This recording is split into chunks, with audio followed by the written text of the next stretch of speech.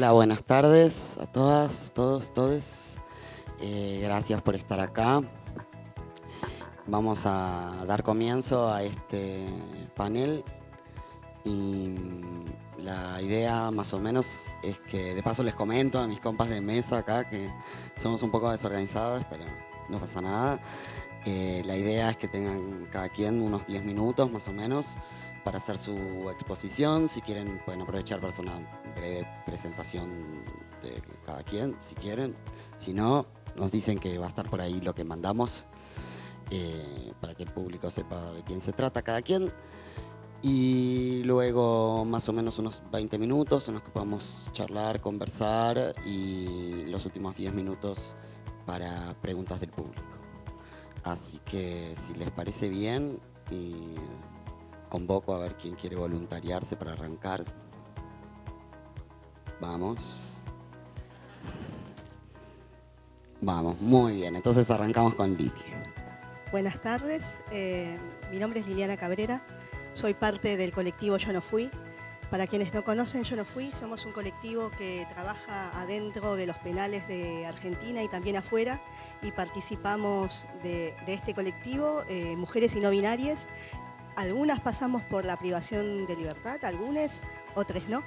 Y la verdad es que me quedé pensando mucho sobre de qué manera presentar el tema, qué es lo que sucede con la tecnología y la cárcel, ¿no? Entonces yo estuve detenida 8 años en el penal de Ezeiza, entonces puedo contar un poco lo que es estar adentro y lo que es estar afuera acompañando a otros compañeros.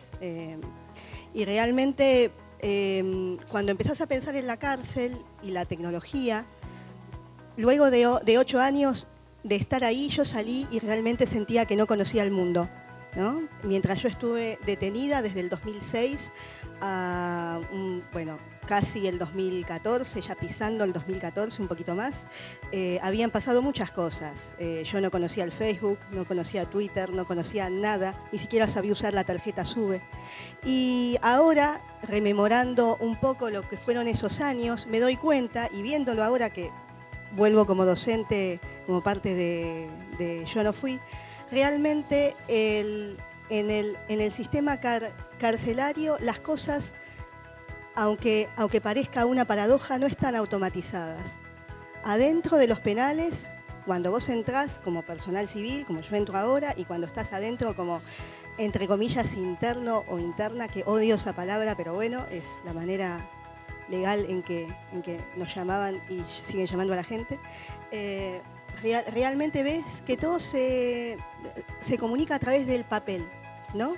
Hay algo que se llama boleta, que es por lo cual vos tenés como la autorización para entrar o salir del pabellón, a lo que es educación o al trabajo, y si ese papel se pierde, vos te perdés la posibilidad de salir, ¿no? Y así suceden con cosas tan graves como expedientes, como carpetas médicas, como con un montón de cosas. Y también pasa en la justicia, ¿no? Y más allá de este tema, me quedé pensando, porque quería comentarles también a mis compañeros de mesa sobre qué era, cuál era el motivo o cuál era la fundamentación de lo que iba a presentar, y realmente me doy cuenta de que todo lo que tiene que ver con las personas privadas de libertad y puntualmente con mujeres y no binarias está teñido de una mirada moral, ¿no? Y acá entramos al tema que yo quería un poco conversar hoy. Muchas veces cuando vos caes detenida, vos empezás a ver que en tu expediente hay una valoración moral desde lo que hiciste con tu vida, más allá del delito, ¿no? Más allá del hecho en sí que te llevó a la cárcel. Y lo podemos ver en casos como, por ejemplo, más mediáticos, como el de Nair Galarza. Podemos ver cómo su vida entera, sus redes sociales, todo lo que sucedió con ella, más allá del hecho en sí, fue materia de discusión, materia de un montón de blogs. Lo mismo sucede con las mujeres y no binarias cuando son víctimas de un delito. Quienes pueden hacer memoria se pueden acordar del caso Melina Romero, ¿no? Víctima de un femicidio al cual se le criticaba hasta la ropa con la que había ido a bailar. Lo mismo sucede con casos como el de Lucía Pérez y con otros casos como el de Iggy también, ¿no? En el que se pensaba cómo alguien podía defenderse de su agresor. Y las cárceles están llenas de mujeres y no binarias que se defienden de su agresor. Y de causas que realmente, si se dieran en el contexto de hoy, quizá tendrían otro trato, otra perspectiva de género. Desde Yo No Fui nos quedamos pensando mucho en estas cosas. Y la verdad es que vengo con más preguntas que con respuestas. Algo que hacemos desde el colectivo es pensar cómo nos nombramos, cuáles son esas palabras que usamos. Nos peleamos totalmente con palabras como readaptación, resocialización, rehabilitación, hasta con inclusión. En todo caso, la más cercana para nosotros es integración. Y nos quedamos pensando también en cómo sería una justicia feminista y comunitaria, alejada del punitivismo que nos atraviesa adentro y afuera. Así que quería agradecer mucho esta invitación para conversar con todos ustedes y les cedo mi lugar a quien quiera seguir. Gracias.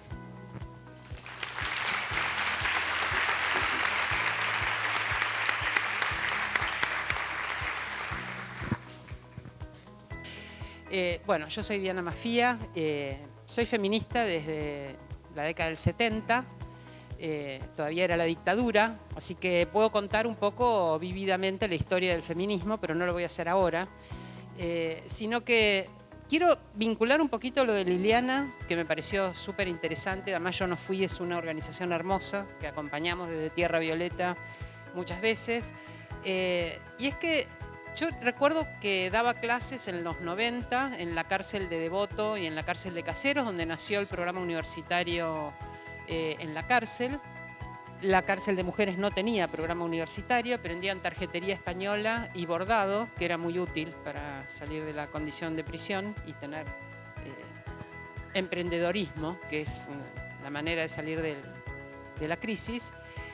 Pero en la cárcel de Devoto tenían una carrera que era computación y trabajaron muchísimo en eso y sabían mucho más, por supuesto, que el sistema penitenciario y los carceleros, porque yo les daba lógica en ese momento y les decía que me encantaba tenerlos de alumnos porque eran dedicación exclusiva. Estaban todo el tiempo allí disponibles para eso.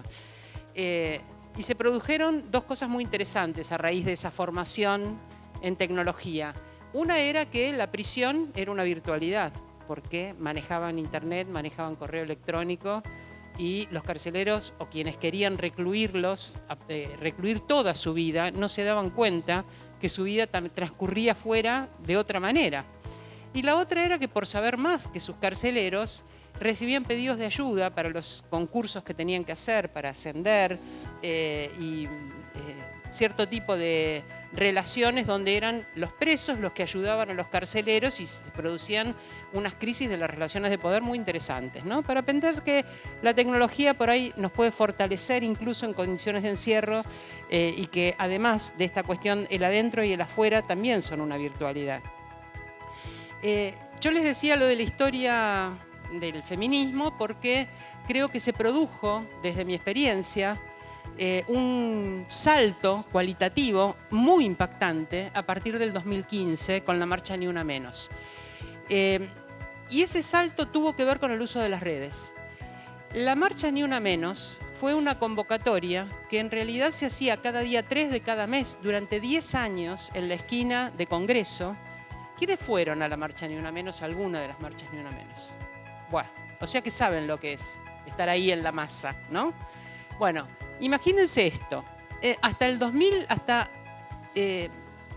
mayo, porque esto fue el 3 de junio de 2015, hasta mayo del 2015, durante 10 años, había cada día 3 de cada mes una convocatoria en la esquina de Callao y Rivadavia por las mujeres muertas en femicidios, por las mujeres desaparecidas en democracia, secuestradas para las redes de prostitución, fundamentalmente estos dos motivos que tenían que ver con la desaparición en democracia y con los femicidios. La palabra femicidio recién empezaba a circular, pero durante 10 años el feminismo sí la trabajó y debíamos ser entre 30 y 40 personas. La convocatoria la hacía la Casa del Encuentro, que es una organización que lleva el recuento de femicidios. Te pido, Pau, que cuando falten 2 minutos me avises. Entonces, lo que ocurrió ese año es que hubo muchos femicidios muy impactantes porque eran chicas muy jóvenes, precisamente los que vos mencionás. Y los mencionás porque impactaron en otras chicas jóvenes que dijeron, podrían ser nuestras vidas. Esa sensación que yo tuve a los 16 años, siendo estudiante secundaria, cuando mataron en la dictadura a 2 estudiantes secundarios, Cabral y Bello, de 16 años, y yo dije, me podría haber pasado a mí. Esa percepción de que no era algo ajeno la violencia, incluso la violencia extrema, en el caso de la dictadura, en otros casos de los femicidios, sino que estando aparentemente fuera de quienes debían preocuparse, te llegaba, te bañaba esa amenaza de violencia, porque la violencia, la violación, son hechos terroristas, decía una filósofa, Claudia Cart, en el sentido de que violentan a una o violan a una para amenazarnos a todas. A todas nos llega el mensaje de cómo tenemos que estar vestidas, si debemos o no ir a bailar, si tenemos que tener o no muchos novios. A todas nos llega. Ese disciplinamiento no es solo aquella sobre la cual se ejerce la violencia. Cuando esto ocurre con chicas muy jóvenes, la inquietud fue tremenda y muchas comunicadoras dijeron, pero esta convocatoria penosa de las 40 que éramos ahí, viejas que estábamos en la esquina del Congreso, hay que hacerla a través de las redes, hay que convocar de otra manera. Y eso significó un salto cuántico, porque eran cientos de miles de mujeres. Pasar de 40 a cientos de miles lo hicieron las redes. Lo hicieron personas que sabían usarlas y sabían convocar porque eran comunicadoras. No es que cualquiera de nosotras hubiera podido hacerlo. Pero entonces quiero que tengamos en la cabeza de qué manera explota el feminismo como movimiento hace muy pocos años a partir de la percepción de que debíamos comunicarnos de otro modo que haciendo toda la noche un documento de 400 páginas y discutiendo una palabra hasta las 4, porque, bueno. Ese cambio, que es un cambio claramente generacional, produjo otros movimientos que yo creo que son muy relevantes dentro del feminismo y que también son de los últimos 5 años. El movimiento Yo Sí Te Creo.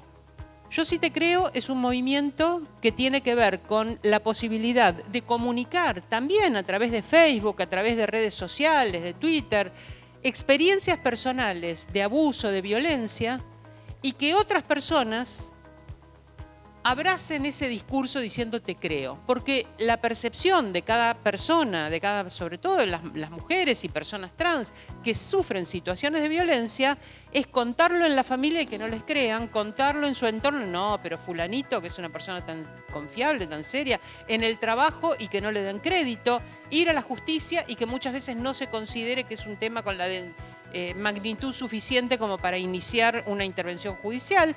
Este panorama de falta de creencia, de falta de acompañamiento en el mundo real, que hace que muchas mujeres sientan que son ellas las que tienen una percepción equivocada, y en el acoso sexual esto es lo más habitual, decir, bueno, a lo mejor me equivoqué yo, entendí mal, algo que no había intención, que a lo mejor soy una amarga, yo lo pienso todos los días, debo ser una amarga porque no me produce gracia este chiste que todo el mundo está considerando que es un gran sentido del humor.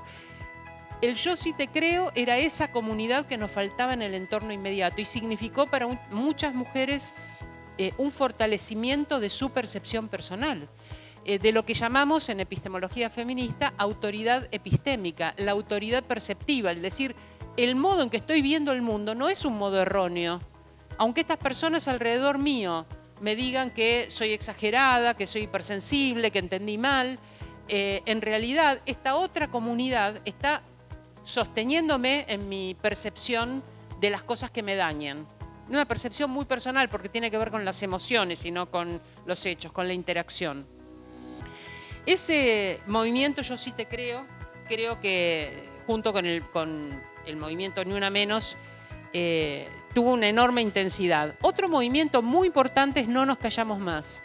El movimiento de chicas que fueron abusadas por líderes del rock, que llevó a Cristian Aldana a la cárcel después de 3 años de juicio, que comenzó también con una piba particular que dijo, fui abusada por este chabón, y otras que por las redes le dijeron, a mí me pasó algo parecido, y otras que resignificaron su experiencia a partir de ese relato.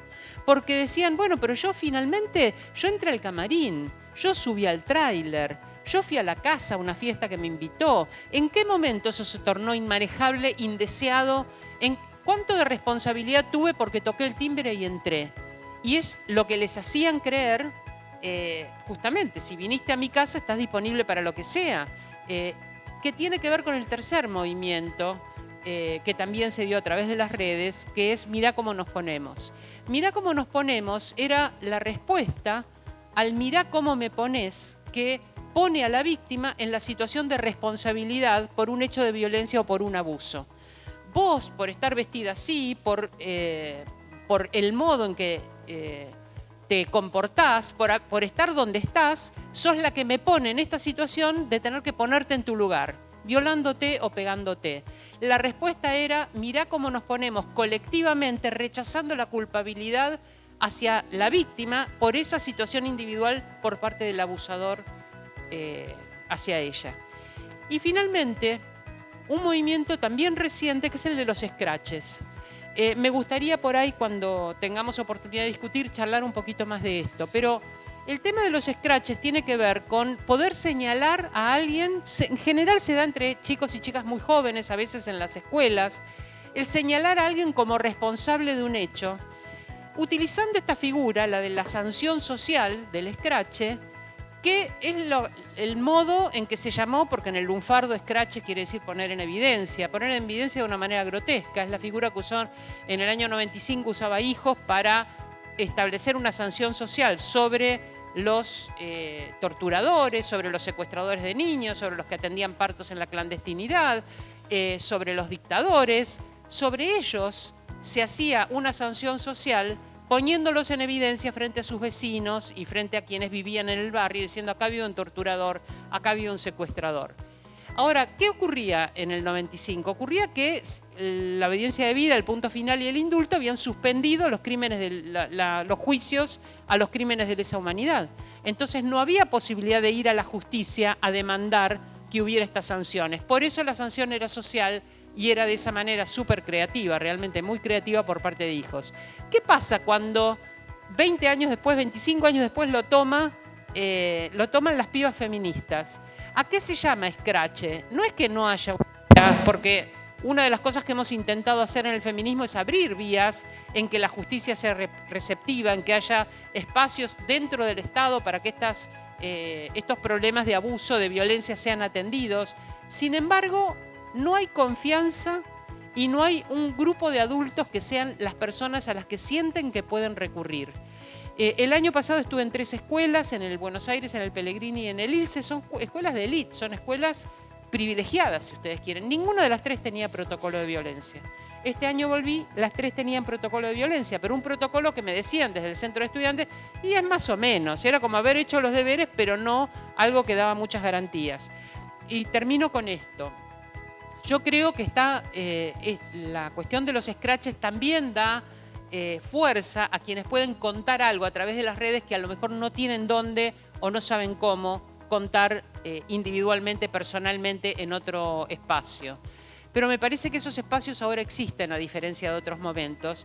Y también me parece que la sanción, y con esto es que termino, la sanción muchas veces es un tipo de sanción punitivista, justamente, el decir, este es un abusador, poniéndolo a un par, a lo mejor también un pibe de 14, 15 años, en la situación de ser quien cometió el abuso, con lo cual hay implícito un tipo de castigo, un castigo muy directo que tiene relación con la retribución, con la venganza.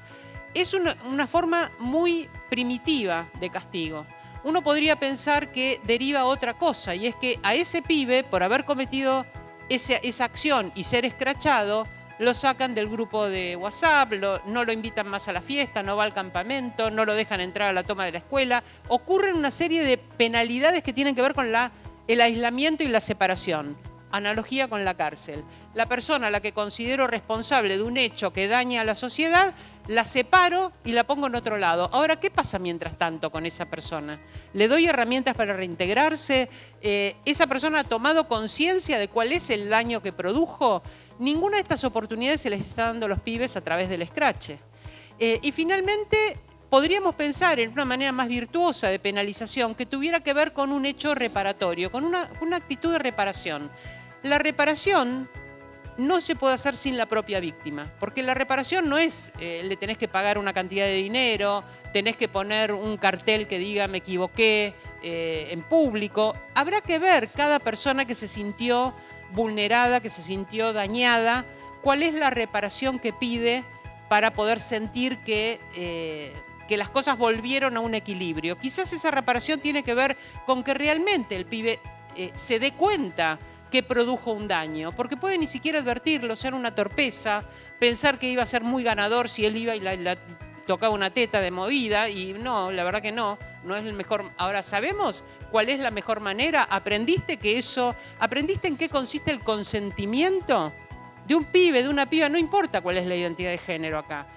Importa en esas relaciones interpersonales que empiezan, que son todavía un poco torpes quizás, en esos acercamientos donde hay también miedo al rechazo, y esto se acentúa además si esas parejas no son parejas hegemónicas. Si tengo este temor, ¿cuánto advierto del consentimiento de la otra persona? ¿Cuánto percibo las emociones de la otra persona y expreso las mías para que este acuerdo se dé? Este acuerdo de avanzar o no avanzar en una relación personal, interpersonal o en una relación sexual. Yo creo que tenemos que pensar de qué manera, así como las redes habilitan esta potenciación de las denuncias, cómo las redes habilitarían, y esta sería mi propuesta con ustedes, porque yo ni sé prender el micrófono, cómo las redes habilitarían formas constructivas, formas feministas de intervenir en procurar mejores formas de consentimiento y mejores formas de reparación para que las relaciones no nos dañen. Gracias.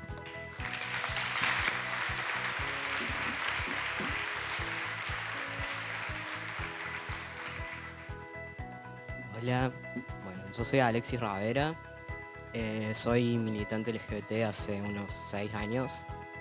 Yo quería compartir principalmente las experiencias de militar inclusión laboral trans, que venimos militando desde 2014, y también en ese militar hemos articulado muchas veces con empresas, algunas de tecnología, también con instituciones públicas, y sobre todo las experiencias del fracaso, porque son iniciativas que generalmente no funcionan.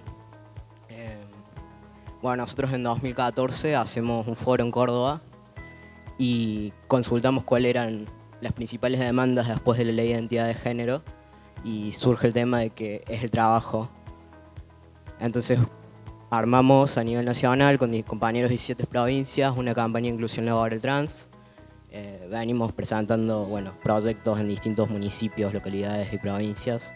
A veces aprueban, a veces no. En Córdoba no lo aprobaron hace 2 semanas. Fuera de eso, también hemos articulado de forma pública y privada proyectos de inclusión laboral trans que generalmente terminan en nada y tienen que ver con que generalmente son proyectos que se bajan y no se piensan de forma comunitaria. Ese es uno de los grandes errores. Los proyectos ya vienen hechos y terminan siendo una suerte de caridad en lugar de proyectos que se piensen desde las necesidades estructurales de la comunidad trans. Porque si se quiere elaborar con personas trans, no podés hacer un proyecto en el que solicites que las personas estén capacitadas, por ejemplo, o que no tengan antecedentes, debido a que, hay muy pocas personas trans terminan el secundario, casi la mitad, y solo el 1% de las personas trans accede a la universidad, por ejemplo. En este momento el 80% de las personas trans no tiene un trabajo formal, y el 90% de las feminidades trans, por ejemplo, se ha prostituido o se prostituye, lo cual es una situación compleja para pensar políticas de inclusión laboral. Y nosotros articulamos proyectos y nos damos con que los requisitos de las empresas para contratar personas trans es, necesitamos a alguien con el secundario que tenga experiencias y buena presencia, y no sé qué significa eso. Y sobre todo es muy complejo cuando se habla de contratar personas trans, porque hay siempre una mirada cis sobre eso. La buena presencia es construir buenos modelos de feminidad y masculinidad, que significa violencia para muchas personas trans que habitamos nuestros cuerpos y nuestra expresión de género de formas muy diversas. ¿Qué hemos aprendido? Que necesitamos que los proyectos de inclusión laboral trans incluyan capacitaciones, que sean capacitaciones rentadas, porque eso es algo que sucede también. Hay una desconfianza comunitaria que se generó al interior de la población porque bueno, mucha gente quiere bajar capacitaciones para personas trans y hay personas trans que acumulan cursito tras cursito y tienen como 200 cartones, pero no tienen trabajo porque esas instancias de capacitación no terminan en trabajo real. Entonces, ahora pasa que se hace una convocatoria para incluir personas trans laboralmente. Una empresa quiere contratar personas trans y no van. Y es obvio, porque ya hay una desconfianza instalada. O cuando contratan, te contratan mientras dure el efecto de la foto que te sacaron para decir que son muy inclusivos y después te despiden, que es algo que le pasó a varios compañeros en lugares donde se ha aprobado el cupo. O te contratan y te ponen en el cuarto de las escobas para que no te vean. Muchas empresas, no sé, hablan de inclusión, pero no quieren incluir personas trans en servicios de atención al público. Como que no hay una predisposición en eso. Y sobre todo pasa en lugares en donde ya están obligados porque existe el cupo. ¿Qué más? Bueno, generalmente las pibas trans, bueno, se prostituyen y hay instancias de capacitación incluso cuando son rentadas y les ponen las capacitaciones a las mañanas. Y es como, bueno, no pueden ir. Las pibas trabajan toda la noche. Y no hay un interés de pensarlo de forma horizontal. Siempre son propuestas verticales.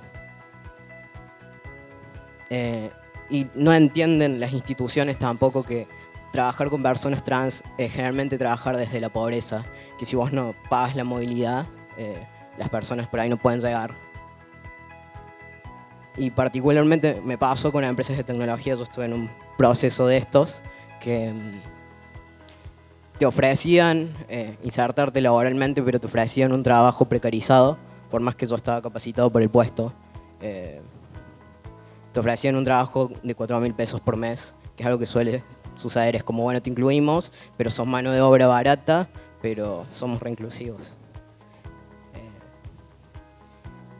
Entonces, bueno, si queremos hablar de inclusión laboral trans, hay que tener en cuenta eso, que la población trans es proporcionalmente pobre, que la situación material es complicada, que generalmente fuimos expulsados de ámbitos educativos y sobre todo permanecer en la universidad quienes accedemos es muy difícil. Y las universidades todavía ni siquiera aplican la identidad de género. La UBA, por ejemplo, no aplica el trato digno. La UTN tampoco, tuvieron que sacar una ordenanza que no está reglamentada. Y eso se traduce en diserción de las pocas personas que pueden acceder a las universidades. Era eso, básicamente.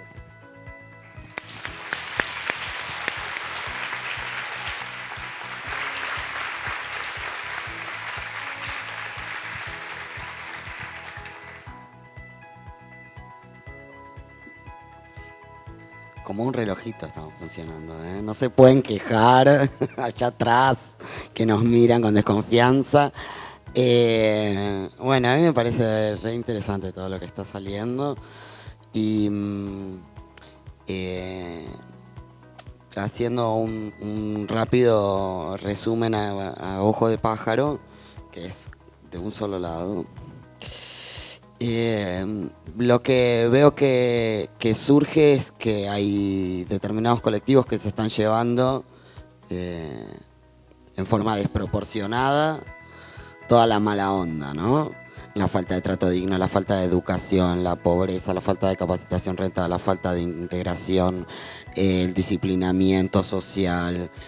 Y entonces me gustaría que por ahí aprovechemos para hacer una segunda ronda de comentarios, un poco como lo que hizo Alexis, ¿no? De cuáles son las necesidades urgentes y cómo podemos usar la tecnología para acercarnos un poco más al cumplimiento de esos derechos que aparecen vulnerados, ¿no? Lili, vos decías que... Perdón, decía Diana, y yo me quedaba pensando en lo que comentaba Lili, cuánto alcance tiene, por ejemplo, hoy en día la población que está en situación de encierro a las nuevas tecnologías? ¿Tienen acceso a celulares, a las redes sociales de forma libre, solamente de forma clandestina? ¿Cómo está funcionando eso? Digo, porque en la medida que podemos imaginar un montón de cosas, de formas en las que la tecnología podría ayudar a esta gente, pero si después la realidad es que para usar un teléfono tenés que estar en la clandestinidad, porque si te encuentran el teléfono podés recibir un castigo, entonces esa solución tecnológica en realidad es una revictimización casi, obligar a una persona otra vez a estar en una situación de mayor peligro por estar usando esa tecnología. Entonces, esto quería, si querés hacer algún comentario al respecto de cómo es realmente el acceso o la disponibilidad tecnológica en situaciones de encierro. Dale, ¿se me escucha? Yo también tengo problemas con el micrófono, no sé si lo apago o lo prendo o qué pasa. La verdad es que las personas privadas de libertad no tienen un acceso libre a las tecnologías. Si vos ves series como El Marginal y ves otras mierdas, disculpen que lo diga así, pero que representan a las personas privadas de libertad de una manera en que no transitan la ejecución de su pena, pareciera que viven en el país de las maravillas, sino una persona privada de libertad no puede acceder a un celular salvo que se lo emperique. No sé si saben lo que es empericarse, salvo que se lo guarde en sus partes pudendas. Es tremendo, ¿no? Porque también tenés que pensar en que es muy difícil la comunicación con los familiares afuera. Vos tenés, ponele un teléfono o dos teléfonos y aún así también hay como diferencias según la cárcel. Para aquellos que quizás no conocen el sistema carcelario, tenés el sistema federal, que está un poco más monitoreado por los organismos de derechos humanos, y luego tenés el bonaerense y los provinciales, que es una bolsa de gatos. Ahí te puede pasar cualquier cosa y nadie va a decir nada porque ni siquiera apareces en las estadísticas muchas veces. Y esto me parece que es interesante decirlo. Casi no hay estadísticas de mujeres y no binarias, hay muy pocas, ¿no? Las pocas estadísticas que hay las hace quizás la Procuración Penitenciaria, pero tiene sobre el sistema federal. La Procuración Penitenciaria es un organismo del Estado que monitorea las cárceles federales, pero lo que es lo provincial, la otra vez estábamos con una compañera por dar una charla en Brasil y queríamos contar cómo eran esas estadísticas de no binarias adentro de los penales provinciales y no hay. Parece mentira, se supone que estás a la guarda del Estado, entonces no hay una estadística pública de cuánta gente hay. Y lo cierto es que para tener un celular adentro del penal tenés que pasar por muchas cosas, por esto que vos decías también, tenés que volver como a estar contra la regla para poder comunicarte con tu familia. Y ahí tenemos para pensar qué es lo legal y qué es lo legítimo, ¿no? Yo creo que, bueno, muchas de nosotras, muchos de nosotros que quizás hemos pasado por la cárcel, esto que decía Diana es tal cual. Teníamos talleres de tarjetas españolas y cuando tenías la posibilidad de un taller de programación, que lo recuerdo que duró 3 meses porque luego cambió la dirección del penal y la Dirección Nacional del Servicio Penitenciario y ya no se puso más plata para ese tipo de cursos, ¿no? Porque era mejor que las mujeres y no binarias hiciéramos tarjetas españolas a que nos pusiéramos a pensar en programar. Entonces creo que ese tipo de cursos que podrían tener con la posibilidad de una salida laboral acompañarían mucho a la integración social. Y quiero aclarar un poco, yo antes dije de por qué quizás no usamos palabras como resocialización o inclusión, un poco a partir de pensarnos mucho, ¿no? Porque quienes pasamos por la cárcel y quienes no pasamos, porque hay muchos tipos de encierro, podemos ver en eso también una verticalidad.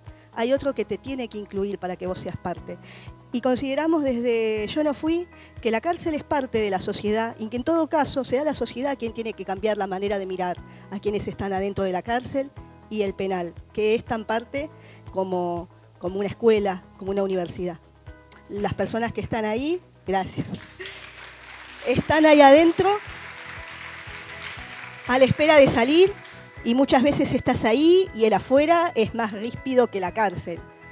Porque salir de la cárcel y saber que afuera no hay nada, muchas veces te hace replantearte quizás el querer quedarte, y no porque la pases bien, como en algunas series, sino porque es lo que conoces y te acostumbras a lo que conoces. Gracias.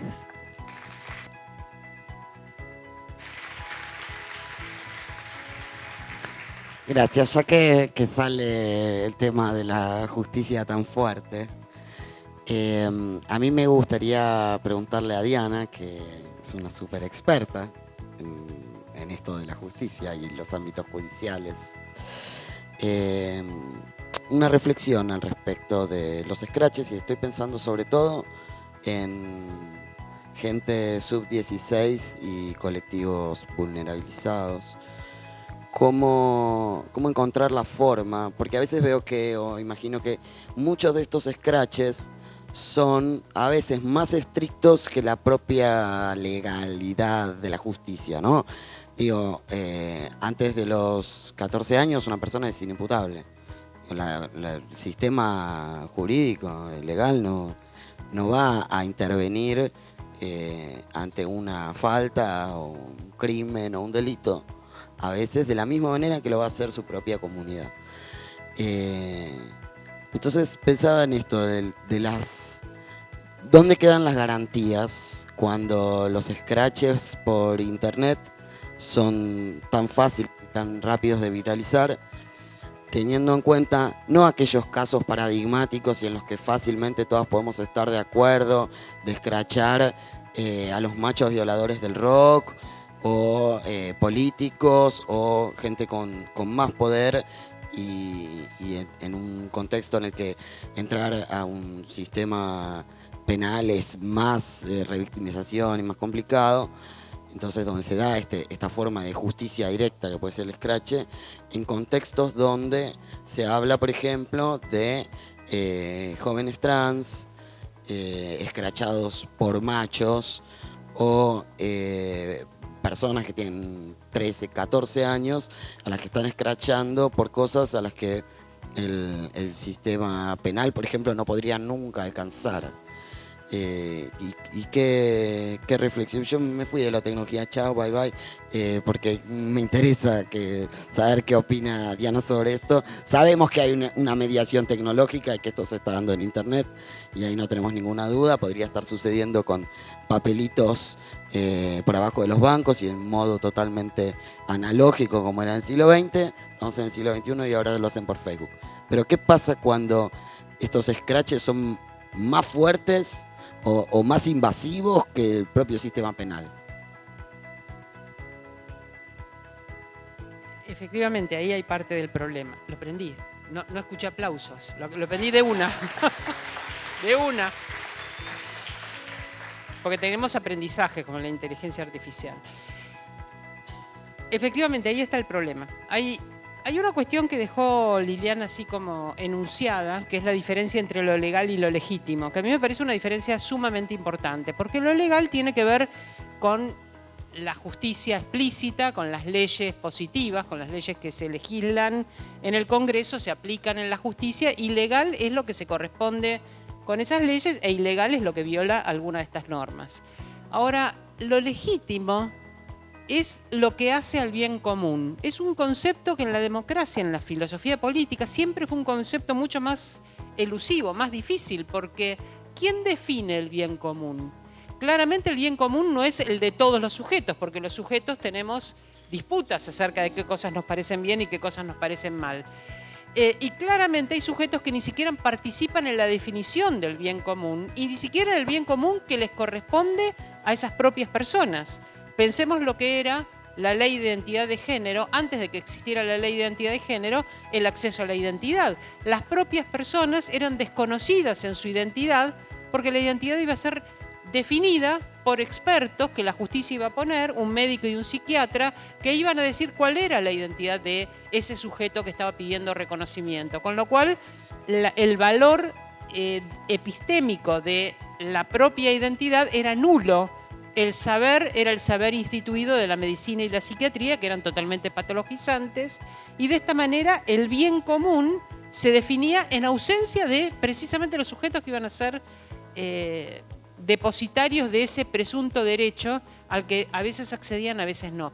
La ley de identidad de género da un vuelco total con respecto a esto, fortaleciendo el punto de vista y diciendo, en realidad es muy interesante pensar que la idea de bien común la definió la Corte Suprema de Justicia gracias a Loana Berkins, una dirigente travesti que trabajó en el Observatorio de Género, bueno, y fue mi asesora en Derechos Humanos cuando fui diputada, una persona con la que trabajé 20 años y con la que aprendí enorme cantidad de cosas vinculadas con la identidad travesti, que era la identidad de Loana, y con otras identidades, entre otras cosas a no hablar por otras personas, ¿no? Loana hizo el pedido de reconocimiento de una asociación, que era la Asociación de Lucha por la Identidad Travesti y Transexual, ALIT, y la Inspección de Justicia se la rechazó diciendo que no propendía al bien común, porque era para travestis y transexuales, eso no es para el bien común. Es decir, el bien común se define no por lo que travestis y transexuales dicen que les haría bien, sino por el bien de ese sujeto que queda anónimo porque no hay que expresar su identidad porque es la hegemónica. Entonces no tenemos que decir ni qué color de piel tiene, ni qué orientación sexual tiene, ni qué corporalidad tiene, porque son los hegemónicos, no se nombra lo diverso solamente. Ella hace la presentación hasta la Corte Suprema de Justicia y la Corte dice que no se puede, le da la razón y hace que inscriban a ALIT en la Inspección de Justicia, y dice que no se puede definir el bien común de una manera que lesione a una parte de la sociedad. Es decir, no podemos definir el bien común ignorando que en ese bien común también están travestis y transexuales. Quiere decir que esa definición de bien común que dio la Corte para toda la sociedad argentina la obtuvimos gracias a travestis y transexuales. De otra manera, la Corte no habría explicitado una forma operativa de definir el bien común. Lo legítimo es lo que hace al bien común, que no siempre está protegido por las normas, que no siempre está contemplado, es decir, que hay un espacio allí entre lo que favorece a la sociedad sin exclusiones y lo que las leyes dictan, muchas veces vulnerando esa legitimidad. Entonces, cuando pensamos en el caso del escrache, hay un problema que tiene que ver con la diferencia entre dictadura y democracia. En dictadura se consideraba que alguien era culpable de algo y como tenían el poder absoluto, sencillamente sancionaban a quien les parecía. No había la posibilidad de defensa ni la posibilidad de beneficio de la duda, y esa posibilidad, justamente la posibilidad de defender la propia posición previamente a ser sancionado, soy acusada de algo, pero tengo la posibilidad de dar mi posición, de dar una explicación y por lo tanto actuar en mi defensa, esa posibilidad es una posibilidad que da la democracia y es una diferencia enorme, la presunción de inocencia. La presunción de inocencia nos protege de la arbitrariedad, de que cualquiera que tenga poder nos pueda acusar, y nos protege del linchamiento. Es decir, señalamos a alguien que hizo algo y entonces va todo el mundo y lo golpea, lo pisotea o le quema el rancho. Cosa que ocurre. Cuando no hay una justicia presente que responda adecuadamente, las personas tienden a resolverlo de esa manera muchas veces muy fuerte, que consiste en decir, bueno, este vecino abusó de esta nenita, entonces vamos y le quemamos la casa y lo matamos a patadas, a lo mejor era él, a lo mejor no era. Ya han pasado errores en este sentido. Entonces, protejo del linchamiento y protejo de la arbitrariedad respetando la presunción de inocencia. ¿Qué pasa con el escrache? Pasa lo que decía Pau. Largo el escrache en las redes, no puedo, como los pescadores, recoger la red después, ¿no? Porque lo alargué y ya no sé a dónde fue a terminar. Y esa explicitación de que hubo algo que me produjo un daño, que si empieza a circular, produce una sanción sobre un sujeto que no siempre puede usar las redes para dar una explicación. Es decir, que la presunción de inocencia se vulnera, pero además, pensándolo ahora desde el punto de vista del feminismo, si yo a un sujeto que creo que tuvo una acción inapropiada, se hizo un baile en la escuela y toqueteó a una de las pibas y la piba dice, mira, esto es una situación abusiva, te vas, todos los demás lo echan y en las redes se pone fulanito de tal es un abusador y no lo invitamos más a nada. Ahora, ¿qué pasa con un sistema que no es interpersonal? El abuso, la violencia, las relaciones de poder no son de un sujeto a otro sujeto, son estructurales. El patriarcado es una estructura de relaciones de poder legitimadas políticamente. Por lo tanto, si nosotros sacamos a uno de esos sujetos que es depredador o que es violento dentro de ese sistema, estamos excluyendo la crítica al sistema mismo y estamos diciendo todos los demás que están adentro estamos todos bien. El problema era ese, entonces lo pusimos en la cárcel y entonces ahora ya estamos todos bien. Aunque esas relaciones, y estoy hablando en este momento de relaciones de poder en relación con el género, pero pueden ser en relación con la clase, con la etnia, con la edad, con la identidad sexual, con el color, con millones de otras condiciones que hacen a relaciones de poder. El problema no es interpersonal. Este lo pateó porque era judío. Bueno, lo voy a poner en la cárcel. ¿He resuelto de esa manera una situación de violencia social, una situación de discriminación? No. Subsiste y encima encubre a los que no fueron acusados como si estuviera todo bien. Entonces yo creo que hay que buscar modalidades de resolución de este tipo de problemas que impliquen una reparación no solo interpersonal, sino más general. ¿Qué oportunidad le damos a las personas de hacer algún tipo de mensaje que repare no solo en lo individual, sino que reflexione sobre lo estructural que hay detrás de esos hechos abusivos y pueda servir a otros sujetos que están comprendidos en esas comunidades, que son las comunidades en las que circulan esas relaciones de poder o esos privilegios, para revisar esos privilegios y esas relaciones de poder. Y yo creo que en esto las redes tienen una virtualidad extraordinaria, pero no están siendo usadas para eso. Están siendo usadas para escrachar, pero no para reparar con la misma magnitud, con la misma extensión y con el mismo sentido crítico hacia relaciones que son relaciones estructurales y no solamente interpersonales. Bueno, entonces ya que tenemos integración y tenemos reparación como dos palabras fuertes sonando en esta mesa hoy, me gustaría preguntarle a Alexis, que está en la industria de sistemas, y acá hay mucha gente que está dentro de la industria, y hay representantes, y hay banners, y hay stickers de la industria. Si se te ocurre que podemos aprovechar esta ocasión para proponerles un par de tips de cómo hacer para que esa integración, esa reparación sean efectivas, para evitar el tokenismo, esto de, bueno, resolví el problema de la integración porque puse una persona ahí durante 3 meses por un periodo de prueba, terminó, ya fue. ¿Cómo la industria del software podría hacer bien su trabajo para garantizar esta integración y al mismo tiempo que lo haga de una manera justa? Bueno, yo quiero aportar algo al eje anterior antes de esa pregunta. Yo quería decir que no es lo mismo escrachar una persona trans que escrachar una persona cis, que escrachar una persona trans significa por ahí un ostracismo social, que las personas trans sobrevivimos porque tejemos redes comunitarias, y lo que ha pasado en casos de scratch es que, bueno, esa persona es escrachada, se le prohíbe el acceso a un montón de espacios comunitarios y nosotros, bueno, accedemos al afecto, al trabajo y a espacios de sociabilización que nos sostienen a través de la comunidad, que es un arma de doble filo, y también se juega mucha transfobia en los scratches a personas trans, al punto que, no sé, el año pasado scratcharon a un pibe trans y automáticamente vos veías en los comentarios que lo empezaron a tratar en femenino, que hay otras cosas que se juegan ahí también, que no se miden cuando se scratchan a personas de comunidades vulnerables. Hubo varios scratches a pibes trans menores de edad también que fueron súper graves.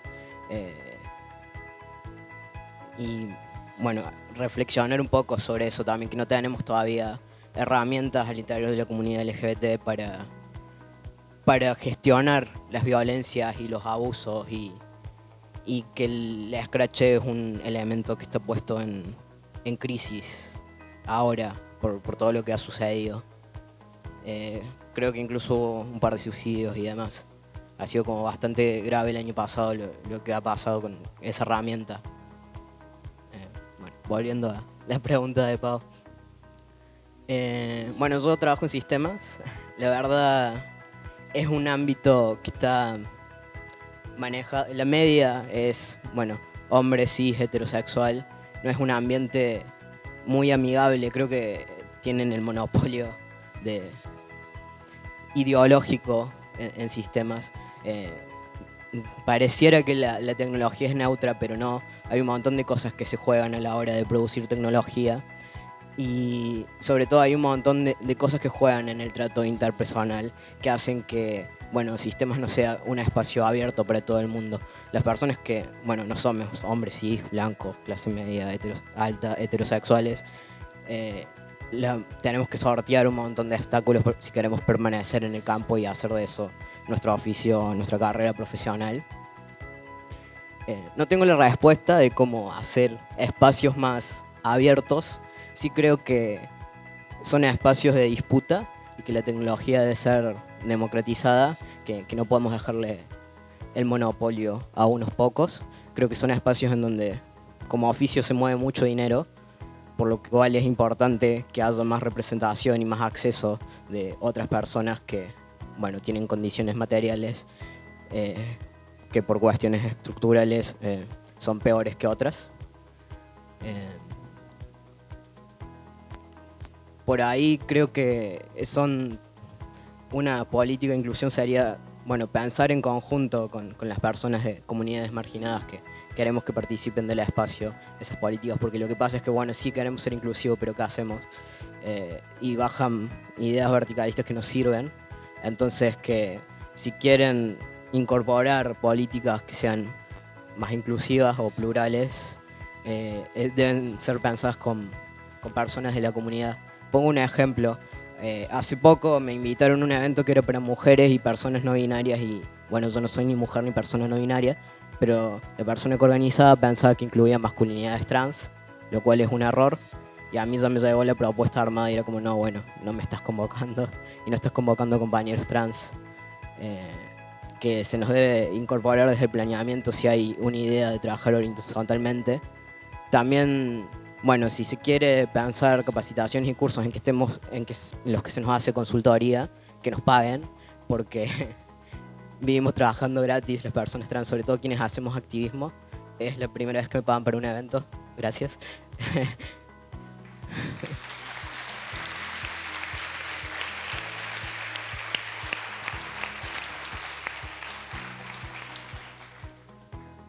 Y creo que es preguntar, yo no estoy a favor de incorporar políticas punitivistas de onda, no sé,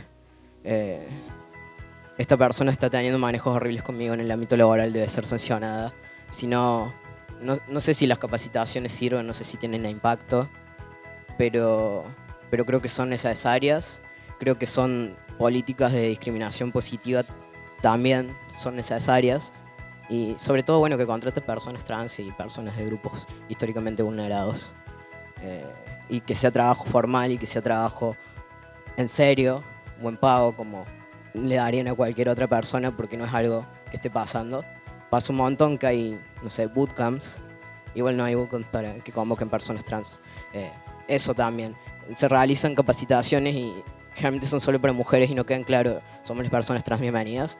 Y generalmente no convocan masculinidades trans o personas no binarias y es como, bueno, che, hay también una tasa muy grande de desempleo ahí y de vulnerabilidad y de violencia sobre nuestros cuerpos, pero pareciera que, bueno, no están porque no se los nombra y nunca se los convoca, porque también hay una idea de que, bueno, las masculinidades trans la pasamos bastante bien y es como, bueno, no sé, porque tampoco hay estadísticas, porque estamos súper invisibilizados. Sí, por ahí no la tenemos tan mal como feminidades trans, pero no la pasamos tan bien como la gente cis. Pero no es algo que podamos afirmar porque no hay datos. En definitiva, no podemos ni medirlo. Y la jerarquía de operaciones no sirve tampoco a la hora de pensar políticas. Gracias.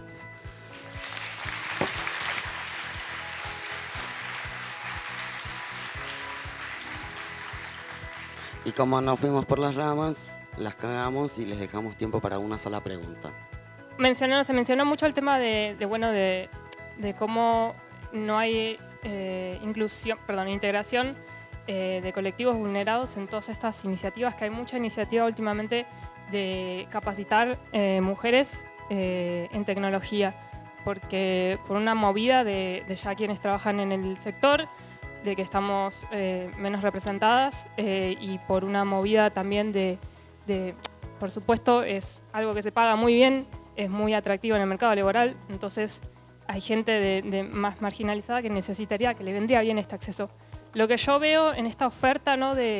Como mencionaba Alexis, de bootcamps y demás, que está movida muchas veces, y capacitación en talleres independientes, está muy movida por comunidades, pero que no deja de tener una presencia de las empresas. Y en ese espacio noto, por haberlo transitado y transitarlo yo, que se deja afuera a todos estos colectivos. ¿Cómo ven ustedes las posibilidades de no solo de que haya más acercamiento a las comunidades y darles una voz y una participación importante, porque es lo que se necesita, sino también cómo nos movemos de las bajadas de líneas de las empresas? ¿Cómo fomentamos estos espacios más allá de la bajada de línea, de lo que suele ser aceptable, ¿no? Y que está bueno para la foto? ¿Qué presencia tiene que haber del Estado para que otros colectivos tengan acceso a esta capacitación, que implican un montón, no solo justamente lo que menciona Alexis, de que sean rentadas, porque no tienen las mismas condiciones materiales, y sabemos que acá hay que tener computadora, hay que tener acceso a internet, e incluso hay que saber inglés en muchos casos, porque suele ser una traba. ¿Cómo creen que podemos, o si se les ocurre por experiencias, en todos los ámbitos de la sociedad que están excluidos, de qué presencia debería haber del Estado o de qué presencia debería haber de la sociedad civil para que esta integración realmente ocurra ya desde el momento de la capacitación, no solo de entrada a trabajar? Yo creo que tiene que haber un Estado presente, que no es lo que está pasando. De hecho, en el macrismo retrocedieron un montón de políticas que había para personas trans, que estaba bajando Nación, por ejemplo, con las que varias pibas terminaron el secundario y demás. Yo no creo que... No sé, que ser mano de obra barata, que es lo que pasa con los bootcamps también, que es lo que hacen, que toman un colectivo vulnerado y dicen, bueno, te capacitamos y te contratamos por 2 pesos, que es menos de lo que le pagarían un junior, sea lo ideal. Creo que... No sé si puedo responder tu pregunta, pero generalmente los proyectos que estamos presentando son proyectos en los que se considera que primero se contrata a las personas que están en posición vulnerable, que después se las capacite, pero cuando ya están contratadas, para que no haya riesgo de que, bueno, lo que está pasando ahora, que haces la capacitación y después no te contratan, y que después cuando ya tengas el contrato, bueno, te formes y que permanezcas trabajando. Yo creo que el Estado debería estar presente, no es lo que sucede. De hecho, en varios lugares se aprobó el cupo y no está reglamentado, como en Buenos Aires. En Buenos Aires el cupo, Vidal no reglamentó el cupo, está encajonado. Pero básicamente yo creo que es pensar estrategias con la comunidad, que no se puede hacer política sin la comunidad. Creo que hay mucha gente dispuesta a trabajar en eso, y que venimos trabajando eso hace años. Bueno, y para cerrar y ya irnos, porque se nos fue el tiempo y hay gente que está esperando para subirse a la mesa también, me gustaría meter un último bocadillo que incluye un enorme agradecimiento por esta invitación, y supongo que hablo en nombre también de mis compas de mesa, que nos hayan invitado a hacer este panel, que nos hayan invitado a 2 personas trans y una tercera persona que estuvo más temprano también. Me parece muy piola. Me parece muy piola que se esté trabajando contra la misoginia en la industria y en los espacios de tecnología.